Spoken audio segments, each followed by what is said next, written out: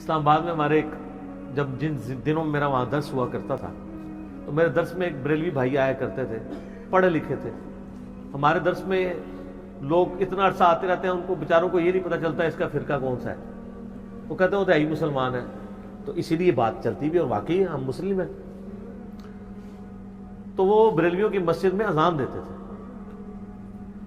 یہاں آئے، درس سننا شروع کیا، عقیدہ توحید کی اصلاح ہو گئی، لیکن اذان وہ اسی طریقے سے اذان کے ساتھ درود و سلام بھی پڑھ رہے ہیں، انگوٹھے بھی چوم رہے ہیں. میں نے ان کو کبھی انگوٹھے چومنے سے منع نہیں کیا.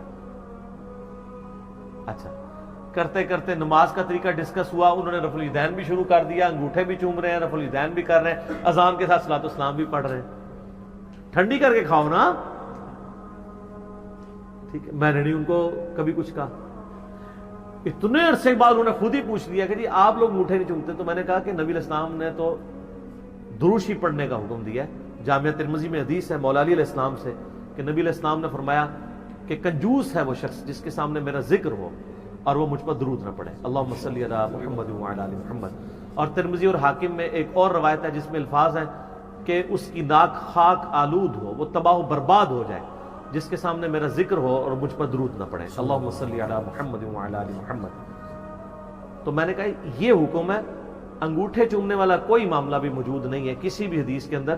یہ تو جعلی روایتیں ہیں، موضوعات شریف ہیں، وضع کی گئی روایتیں. تو میں نے کہا اس لیے ہم نہیں چومتے. انہوں نے خود ہی چھوڑ دیا. پھر ایک دن خود انہوں نے اذان کے ساتھ درود، میں نے کہا اذان کے بعد درود شریف پڑھا جاتا ہے اور وہ بھی اسپیکر میں نا آپ پڑھیں، وہ دعا کے ساتھ ہے. تو یہ پہلے پڑھتے ہیں جو. میں نے کہا یہ تو ثابت نہیں ہے، خود ہی ہے، اگر ان سے پوچھیں کہ یہ لکھا ہے تو بتائیں. تو انہوں نے مولوی صاحب سے پوچھا تو الٹا انہوں نے ان کے اذان لگانے پہ پڑھنے پہ پابندی لگا دی. ہاں جی. پھر یہ اینڈ رزلٹ یہ بھی نکلتا ہے. اس نے کہا جی یہاں اذان وہ دے گا جو صلاۃ و سلام پڑھے گا، ورنہ ہم اذان ہی نہیں آپ کو یہاں پہ دے گا. تو یہ آہستہ آہستہ انسان کو باتوں کی سمجھ آتی ہے. تو کسی کے لیے کوئی معاملہ ہدایت کا سبب بن جاتا ہے، کسی کے لیے کوئی معاملہ. بعض لوگ جو ہیں وہ تیجے 40ویں کے اوپر تحقیق کرنی شروع کرتے ہیں تو ان کو پتہ چلتا ہے یار یہ تیجا 40واں بھی جعلی ہے اور ہم جن عقیدوں کو لے کے چل رہے ہیں وہ بھی جعلی ہے. ہمارے یہاں پہ ایک بھائی آتے ہیں، کچھ انہوں نے کوسچن آنسر سیشن بھی کچھ دفعہ کیا، اسامہ بھائی. اب وہ بھی کٹر بریلوی تھے.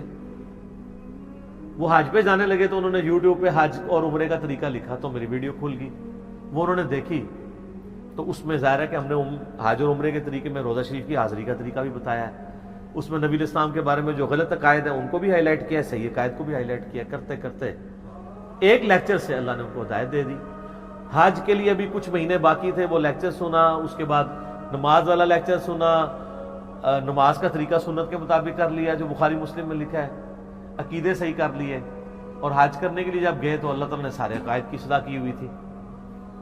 الحمدللہ.